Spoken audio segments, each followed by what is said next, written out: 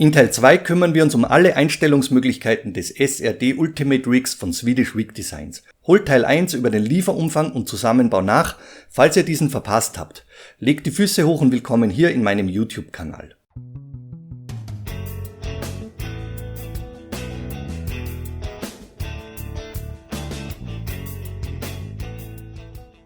Zu Beginn wie gewohnt der Disclaimer. Swedish Rig Designs hat dieses Testmuster zur Verfügung gestellt, damit ich dies über einen längeren Zeitraum ausführlich testen und für euch reviewen kann. Es gibt keinerlei Auflagen oder Vorgaben hinsichtlich dieses Reviews und ich erhalte dafür kein Geld. Doch nun kann's losgehen. Kapitel Nummer 1, die Einstellung der Wheelbase. In Längsrichtung lässt sich die Position, wie bei einem Aluprofil-Rig üblich, über den Grundrahmen völlig flexibel einstellen. Die Feineinstellung erfolgt dann über die Langlöcher der Aufnahmelösungen. Das gleiche gilt auch für den Anstellwinkel, bei dem ich meistens rund um die 20 Grad wähle, um ergonomisch unterwegs sein zu können. Bei Wheelbases, die den Anstellwinkel über das Gehäuse mitbringen, kannst du die Wheeldeck-Aufnahme im Bereich einer neutralen Position fixieren. Und so geht's weiter mit Kapitel Nummer 2, die Stabilität der Wheelbase-Aufnahme. Und so kommen wir zum ersten Stresstest für das SRD Ultimate Rig. Ich bin mit meinen beiden Direct Drive Wheels Fanatec Podium DD und Simucube SC2 Pro meistens mit Spitzen bis zu 15 Newtonmeter bei größeren Lenkrädern unterwegs. Für den extremen Belastungstest stelle ich die Simucube SC2 Pro auf maximale Power von 25 Newtonmeter hoch. Bitte macht solche Versuche nie zu Hause nach, hier besteht absolute Verletzungsgefahr. Ich stelle jetzt die Kamera um und setze mich ans Rig und werde euch das Ergebnis live ins Haus liefern. Vor dem Test der Sicherheitshinweis. Macht solche Dinge zu Hause nie nach, das kann eure Gesundheit gefährden. Wir gehen in die Simucube TrueDrive Software und setzen die Power der SC2 Pro Wheelbase, das seht ihr hier, auf volle 25 Newtonmeter Drehmoment. Dann geht es weiter ins Spiel, Assetto Corsa, Force Feedback und bei der Power 100%. Ich habe die Nordschleife gewählt mit dem Porsche 911 GT3 und hier das große Nesca-Lenkrad, um diese schiere Power über eine Runde auf der Nordschleife durchhalten zu können. Um die Stabilität des Rigs beurteilen zu können, habe ich hier im Eck die GoPro auf diese Verbindungsstelle zwischen Profil und Front-Mount Bracket gerichtet. Dann können wir im Anschluss sehen, inwiefern dies stabil ist, sich verwindet oder eben nicht.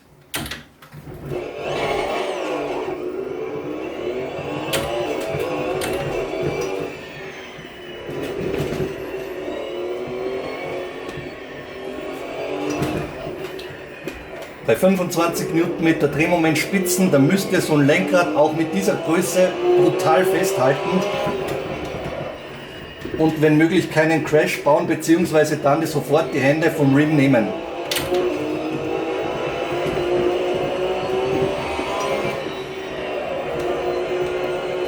Ihr seht, ich brauche meine volle Power, um dieses Ding unter Kontrolle zu halten. Und ich muss mir die Schaltvorgänge hier gezielt einteilen. Nach einigen Metern geht dies tierisch auf die Arme, auf die Hände.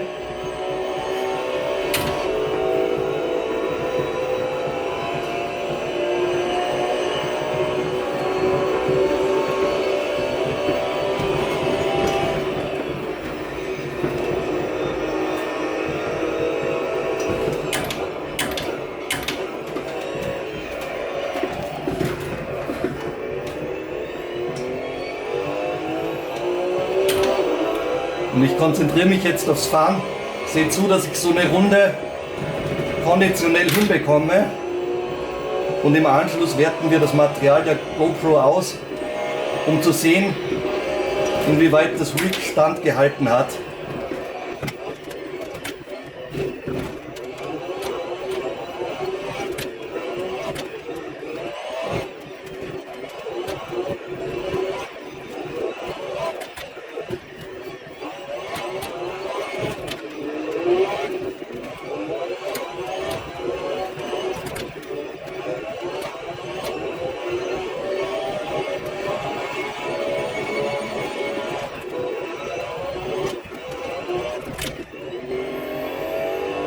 Jetzt geht's ab durchs Karussell. Hier heißt es voll zuzupacken.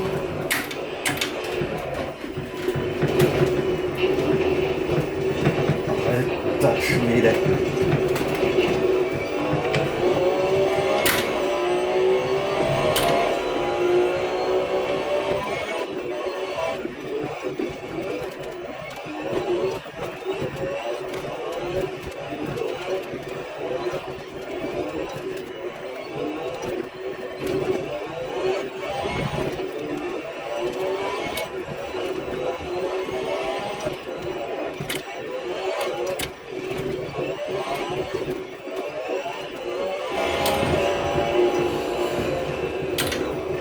Das Gröbste haben wir hinter uns. Ich gucke mir dann das Bildmaterial an und werte dieses aus. Ich melde mich gleich wieder bei euch.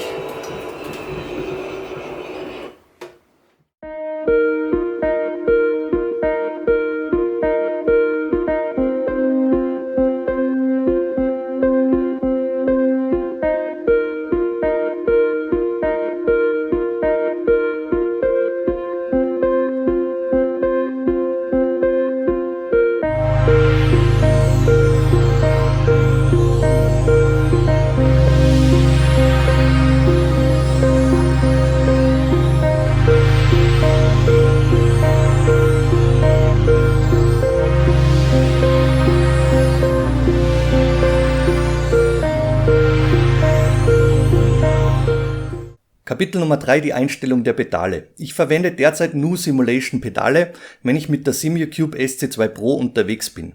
Mit Fanatec Podium DD kommen bei mir CSP V3 Pedale von Fanatec zum Einsatz. Und bei meiner Thrustmaster TGD2 Base nutze ich das beigepackte Pedalset. Die Nu Simulation Pedale montiere ich neutral und somit ohne Anstellwinkel am SRD Ultimate Rig. Ich bevorzuge um die 100 Grad Pedalwinkel in der Ausgangslage. Die anderen Pedalsets erfordern ein Anstellen der Pedalaufnahme und dies gelingt über die Höhenverstellung sehr einfach. In Längsrichtung kann die Pedalposition wiederum flexibel über die Position am Grundrahmen eingestellt werden. Insofern nur du mit deinem Setup unterwegs bist, kannst du auf einen Pedalslider verzichten. Kapitel Nummer 4, die Stabilität der Pedalhalteplatte. Auch hier gibt's den Test wieder live am Rig und ich trete die 120 Kilogramm Load-Cell-Bremse der Nu Simulation Pedale mit maximaler Krafteinstellung.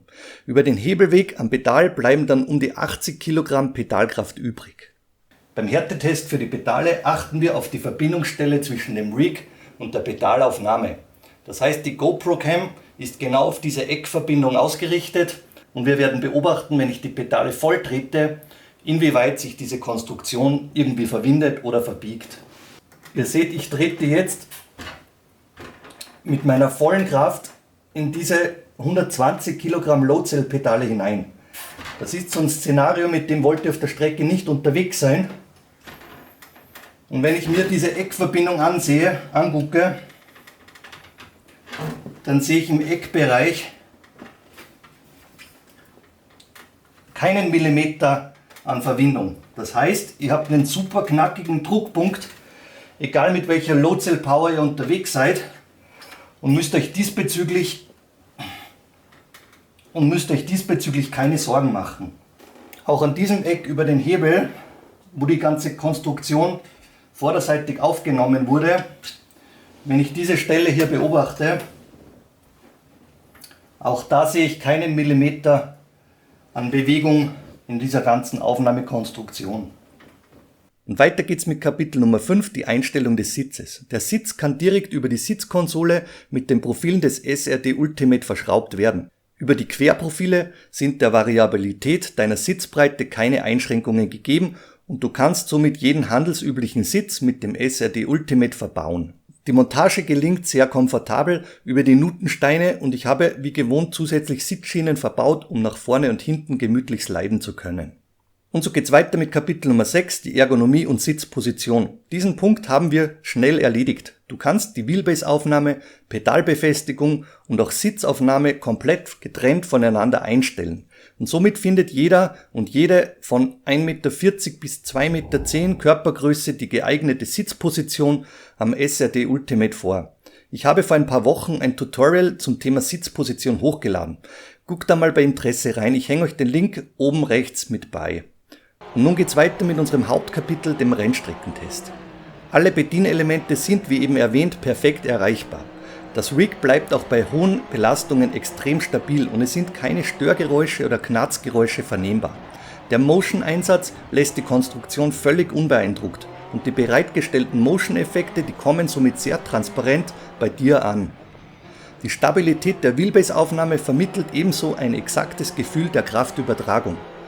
Damit kommen auch die Effekte der Direct Drive Wheelbase ungefiltert an deinem Lenkradkranz an. Genauso geht es mir beim Bremsen. Der Widerstand der Pedalkonstruktion vermittelt ein knackiges Gefühl in der Endlage, auch bei hohen Bremskräften, und hier gibt absolut nichts nach. Über den Belastungstest haben wir sehr ausführlich gesprochen. Jeder Bremspunkt ist somit perfekt reproduzierbar, da die Konstruktion keinen Millimeter Spiel aufweist. Und nun biegen wir ab auf die Zielgerade, die negativen, neutralen, positiven Aspekte sowie das Fazit und meine Kaufempfehlung.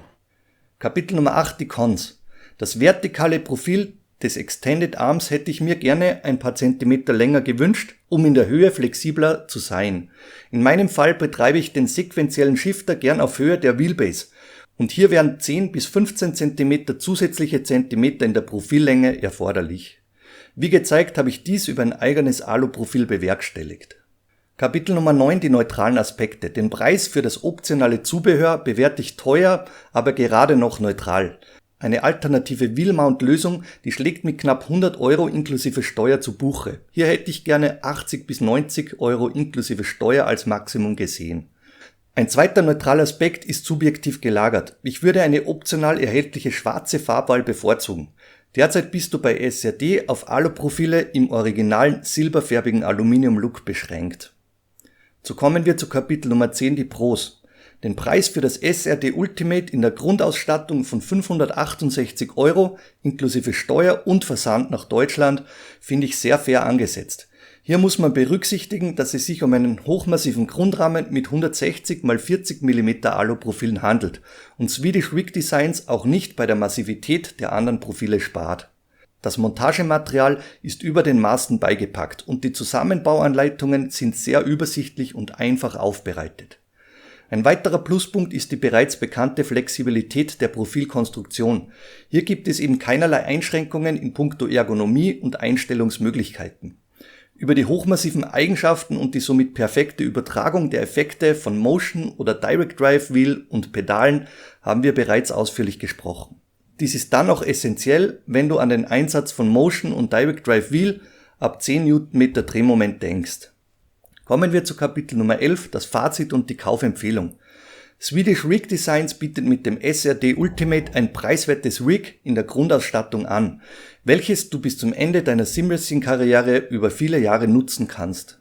Vor der Anschaffung spreche im Bedarfsfall mit deinen Mitbewohnern. Ein Aluprofil-Rig in dieser Megadimension verändert einen Raum und die martialische Aluprofil-Konstruktion mit dem massiven Grundrahmen, die muss nicht jedem gefallen. Wie man das Design etwas auflockern kann, das habe ich mit den Abdeckungen der Profilnut gezeigt. Mit dem SRD Ultimate spricht Swedish Rig Designs eine Zielgruppe an, die ein Direct Drive Wheel mit hohen Kräften verbauen will, ohne Einschränkungen in der Stabilität des Rigs hinnehmen zu wollen. Gleiches gilt für Load-Cell-Pedale im High-End-Bereich. Für Lenkräder und Pedale der Einsteigerklasse ist das SRD Ultimate in meinen Augen überdimensioniert. Wenn du an den Einsatz von Motion denkst, dann bietet Swedish Rig Designs im Bundle mit dem Simrig SR2 Motion System ein in meinen Augen perfekt abgestimmtes Gesamtpaket zum fairen Preis für Full Motion.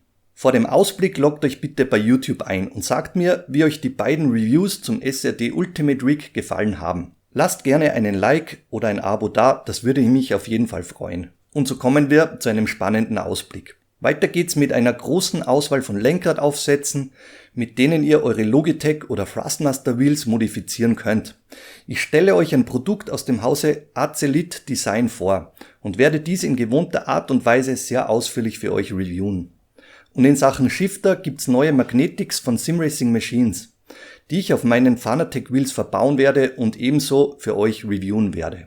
Bleibt also dran, es gibt jede Menge zu tun und ich freue mich schon wieder aufs nächste Mal. Es macht wie immer Spaß mit und für euch zu reviewen. Vielen Dank fürs Dabeisein und liebe Grüße von eurem Ron.